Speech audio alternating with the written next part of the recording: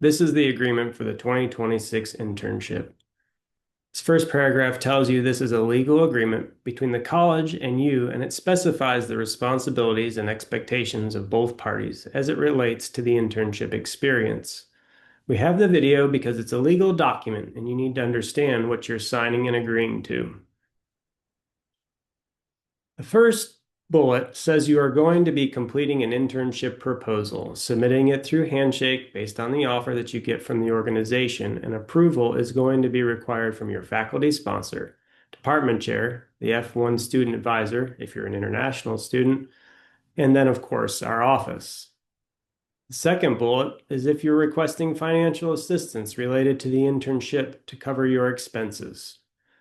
The way you do that is just to respond to question number 4 on the internship proposal. You do need to understand that not all internships are eligible for approved funding. It depends, most of them are, and it's very rare, but occasionally there's one that is not. Of course, if the internship is paid by the organization, you would not be eligible for funding. But if it's paid at a rate that's not quite enough, then we would supplement that. All those decisions regarding eligibility are specific and they're made based on your circumstances, and the decision is made by our office. Those arrangements related to funding are completely outside of this agreement. The third bullet states that you are choosing to participate in an in-person, remote, or hybrid internship as approved by our office. A copy of this agreement and the internship proposal is going to be sent to the organization for their documentation and informational purposes before you start the internship, so they will know what you have already agreed to. The internship proposal identifies and provides contact information for you, the organization's site supervisor, faculty sponsor, everybody involved. So if any one of those parties needs to reach any of the others, all the contact information is there. You understand that as an intern, you are not considered an employee of the organization. Although it might be paid by the organization depending on their offer, you're not considered an employee and you're not entitled to the benefits that would normally be for employees such as worker compensation, unemployment, or any of those types of things. The last bullet in this section states that you are representing to the college and the organization that you're able to travel, live, and work independently during the full term of this internship.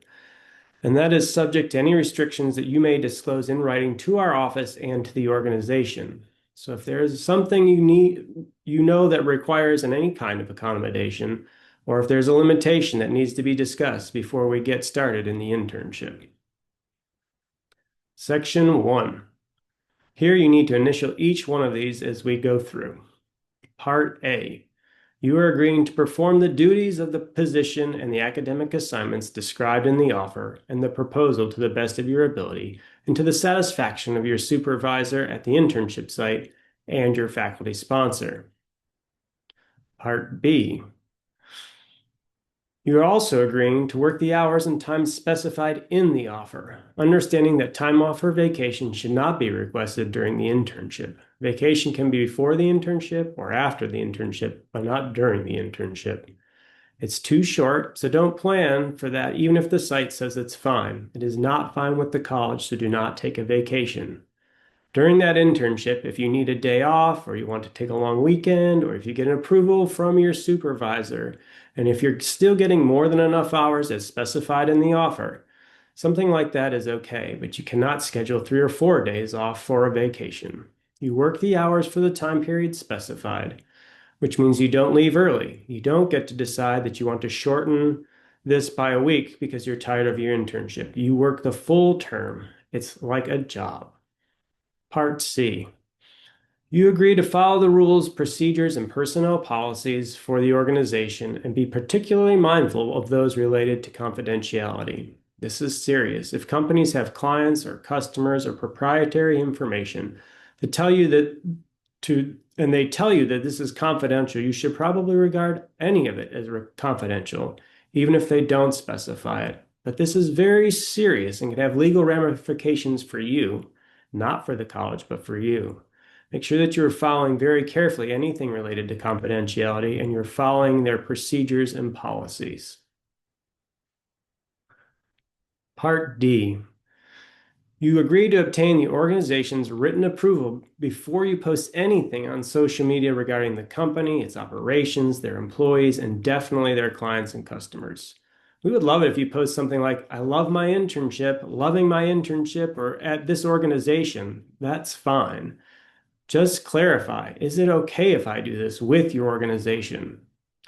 Then, if your duties require you to make social media posts, that's fine, and it should only be on the organization's social media and with their approval, of course. Part E. You're agreeing to report to the assigned internship promptly. In the event of any illness or emergency that's going to make you late or have to miss a day, you must notify the site supervisor at the organization with as much notice as reasonably possible. And if an extended absence of more than 3 consecutive days for the internship is necessary because of illness or an emergency, you are also to notify your faculty sponsor and the Office of Internships by email. Part F, you are agreeing to follow any required safety precautions related to COVID-19, including but not limited to any of these things. Hopefully, we're beyond the most serious concerns for COVID-19, but still, it's possible if it surged that it would be required for people to start wearing a mask and doing precautionary things again, and you are agreeing that you would. Part G. You are fully accepting the increased health risks related to travel and housing and work, and you release the college from any liability in this regard, and that does cover COVID-19, but other things as well. You know, when you're traveling and living in different cities and things, you are exposed to types of viruses and you're accepting that increased risk. Part H. You are agreeing to be responsible for your own medical insurance while enrolled in the internship. You need to be aware that if you are on Medicaid that covers you in Kentucky, it may not cover you in another state. As a matter of fact, it generally does not. There's 1 or 2 states where it might have a type of reciprocal agreement, but if you are on Medicaid and going outside of Kentucky, let us know if you need to be added to the college's insurance, and we can add you to the college's insurance at a small cost of approximately $100 for the whole summer. Most sites will require you to have your own medical insurance, and that's important. Just know if you got an infection or had a cold and something that needed you to go to an urgent treatment center where you could get a prescription, you would want to be able to do that and have it covered. Part I. You are also agreeing to have auto insurance as required by law. If you're driving your own personal vehicle for commuting and you understand that under no circumstances should you provide transportation in your personal vehicle for the organization's employees or clients. That's really important for you to understand. You don't take other people in your vehicle for work purposes. It's a liability for you and it could be a big one, so be aware. Part J. You're agreeing to grant permission for the college and our office to use your name, photo, major, and internship site for informational and promotional purposes. This would typically be in presentations and social media posts. We might put a profile of you and your internship online or something like that, and we do presentations every year that shows where students have gone. You might be in that presentation and it helps other people and other students see the types of internships they might be able to do. So that's the main purpose. Part K, you grant permission for the college, faculty, and staff to access your student academic and financial information as it pertains to the internship as deemed necessary for informational and reporting purposes. This means financial aid will get a copy of your funding form if you get funds, and the faculty sponsor and department chairs will get copies of your proposal. Part L. You're going to provide contact information for whoever you would like to be contacted by the college or the organization in the event of an emergency. And that's on the last page of this agreement. Section 2, Part A. You're agreeing to be responsible for all your decisions about leaving, living, and travel, as well as anything related to medical treatment that you may need. This means prescriptions or therapies. Those are your responsibilities during the internship, and it would also include any kind of treatment for COVID-19, should that be necessary. Part B. In the event of an emergency, medical care became necessary for you and you were unable to secure it. This usually means you're unconscious. The college may be notified. An official representative of the college's Office of Student Life may, but they are not obligated to, secure medical treatment on your behalf. This could include, but would not be limited to, surgery or the administration of anesthesia. In such circumstances, the student accepts and agrees to personally be responsible for all the cost of this treatment and care. Part C. Neither the college nor a representative shall be responsible for the availability or the quality of emergency medical care. This is one of the worst case scenario statements, and quite a bit of this section is about worst case scenario. Of course, we would reach out to your emergency contact first. But if this is one of those dire situations, and if you cannot get the care you needed and we couldn't reach your emergency contacts, we could choose to arrange that medical treatment on your behalf.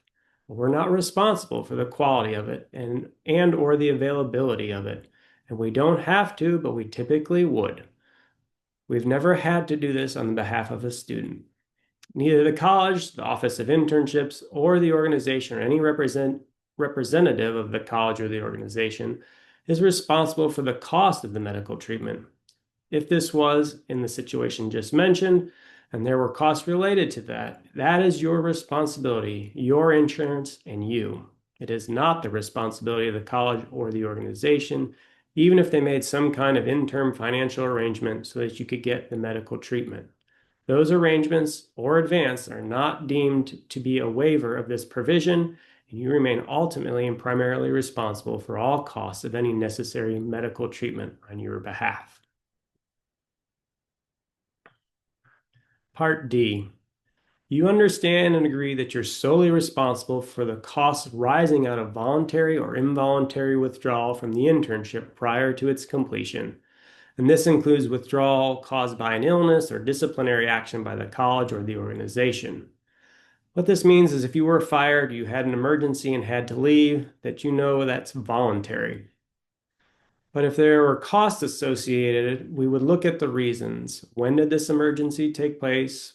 For example, 1 week after you started? In that case, of course, we may look at what money had been lost, but you have to pay back the funding you received, if you received funding. The same thing as if you were fired, we look at the reasons for that, and you may have to pay that back.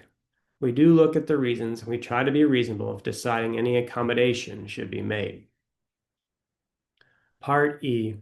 You understand and agree that you are solely responsible for any and all costs, charges, fees related to enrollment in a summer course and or insurance, and that those charges will be placed on your student account by the college.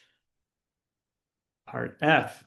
You understand that you are subject to the Berea College Code of Student Conduct throughout the internship experience, and you're also subject to the discipline under the Student Judicial Code of the college because you are a student out there in a class, and you are still subject to those two codes of the college. Part G. You understand and agree that the internship is an exercise in independent living. Internship activity and study outside the regular programs and services of the college, and it has been arranged by yourself. You've requested to do this internship, and you are doing it independently. But if you also agree that any extracurricular activities and travel that you engage in outside or during the internship, on the way to it, on the way back, or during, these are not part of the internship, so they're at your own risk and expense. For example, if you decided that you're going to learn to surf while you're living in San Diego and you got injured surfing, you are not injured on your internship, and that's at your own risk and expense. Part H. The student understands that the college and the organization have no responsibility whatsoever for your personal conduct, health, or safety. If you get yourself into trouble, we are not responsible for that, or your health or safety during the term of the internship, except as expressly set forth in this agreement.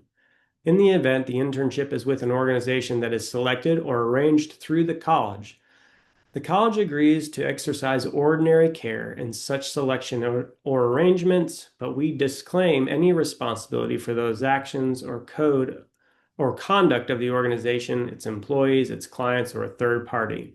Obviously, we can't control that. Section 3, Part A. The college agrees to provide academic supervision of the internship course. You'll have meetings with your faculty sponsor or communications before, during, and after, and we are agreeing to evaluate the internship and the learning experience. Part B. We will provide counsel to the student in event that any special problems or circumstances arise, but you have to disclose them to us. You have to let us know what's going on, and if there's a problem, we will see if we can help solve that problem or resolve it in any way. Part C. We are agreeing to grant academic course credit for the successful completion of the internship as described in the internship proposal. Finally, this agreement and the internship proposal, which is based on the offer, these constitute the entire agreement and the understanding between the college and the student with respect to the internship.